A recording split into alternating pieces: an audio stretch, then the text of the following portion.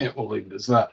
Okay, so general operation of these scoreboards is pretty straightforward. We have most of your basic functions across the actual screen that you can see just here. So we have a shot clock controller on the right, if you've obviously got that there. And then you've also got one on the left as well. So that's your main controller for pretty much everything else on these scoreboards. So I've disconnected the siren in this just because it's extremely loud, usually meant to fill an entire court. So we obviously won't hear any noises coming out of it, but general operation is just, so you've got your score keys just over here. So every time you press one of those, it will reflect on the scoreboard. And the same on the other side. So pretty straightforward on that one. Then you've got team fouls and everything else. So we're able to add that and go through there. Then we've got indicator and subs. So you've got the indicator lights that you can see just up here. And that can be put on for either team. Then we've also got, with the timeouts will typically show an arrow to say what side the timeout is. There'll be a little arrow on the actual screen, which you can see blinking just there. Pops in every so often. It might be a little bit hard to see. Oh, can't quite get the focus on that. Sorry. Okay, so there'll be a little indicator in that position. That won't actually let you add anything to another score until that one there has been removed. So then it counts to 1. Okay, so if you're wanting to reset a game, say for example we're a few minutes into the game, we'll press the start, to start the game we'll press the start key, then to hold, and then we can use the reset key and that will reset to whatever the preset time is. So fairly good on that side of things, nice and simple. Okay, while the timer is running, we can't do anything when it comes to the reset or new game. So it doesn't give you those options. It's just a nice lockout, so you can't accidentally reset the game in the middle of the game itself. Okay, so once you press hold, if all you're wanting to do is reset the timer, you'll press the reset key in this top corner here, bottom corner here.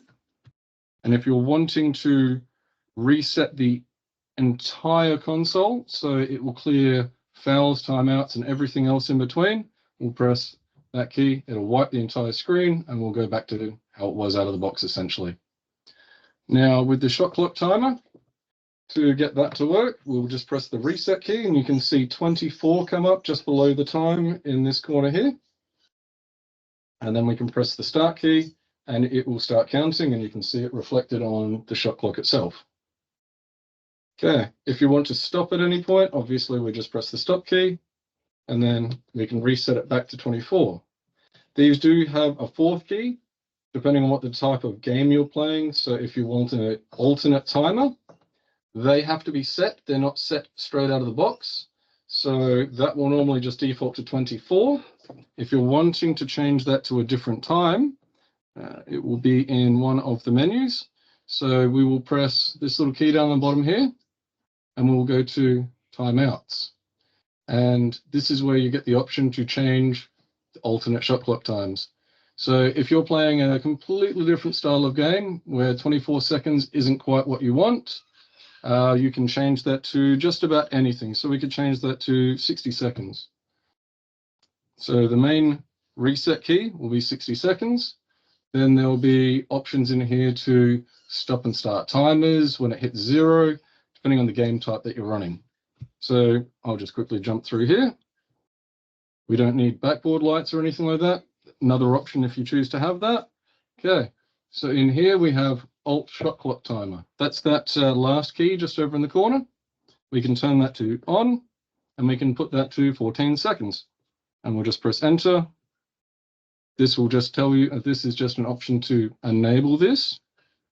And now when we press this key, it'll be 14. So it'll show you 14 on the shot clock. And if we press the normal reset key, it will be 60. So fairly simple on that side of things. There are a lot of functions buried into these. So you've got netball.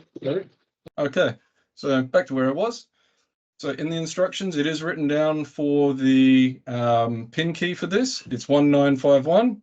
So we will go to in the top left-hand corner. It's a bit hard to see on the screen. 1, 5, 1, where are we? There we go. This is if any kids or anyone else gets hold of this and changes something that they shouldn't. This menu is really good for this.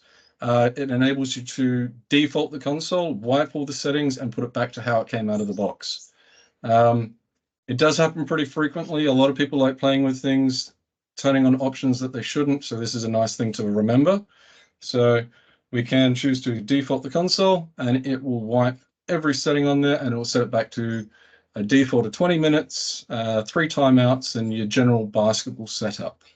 So we've also got more advanced stuff in here. I'll basically skip through most of this because most of the time, if you're getting into this territory, you'll be talking to me on the phone and I'll be stepping you through it anyway, or reading the instructions and running through that. Okay, so there we go. Just defaulted to 20 minutes and we've got it on the scoreboard as well. Okay, now what else can I show you?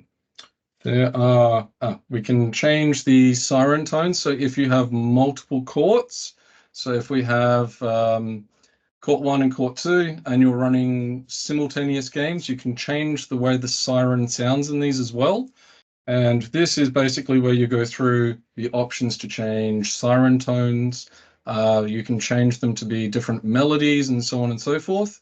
All of those will be listed in the instructions to say a particular type or whatever it be along the line. I won't go too much into the detail. It gets really difficult in that territory. So instructions are fantastic for that one. But general functions on these is they're a very simple unit. We try not to make them too difficult to use straight off the get-go. But in the back end of these, there are a lot of options to change how the game runs, timeouts, fouls, and everything else like that. Any particular questions with these? Okay, probably not too much more I can really tell you with these, this console. Beyond this, they're pretty straightforward units. About the only extra stuff is if you have like a score bench, you've got a few extra key options. If you've got a score bench with indicator arrows and stuff like that, you'll have the possession keys there. Beyond that, there's not really a great deal extra. What's typically shown on the score bench is normally shown on the scoreboard as well, in the indicators and possession sections. That's pretty much everything that I can show you with these. Fairly straightforward unit. If you ever decide to go for a touchscreen version or something like that, they get much more complex, and it goes from about a 20 to 30 minute session like this to about 2 hours for me to run you through everything. But if it's just a general school usage or something like that, these consoles are usually the most robust and they will last the longest. There's no glass, you can't break them easily. Nice and simple at that point.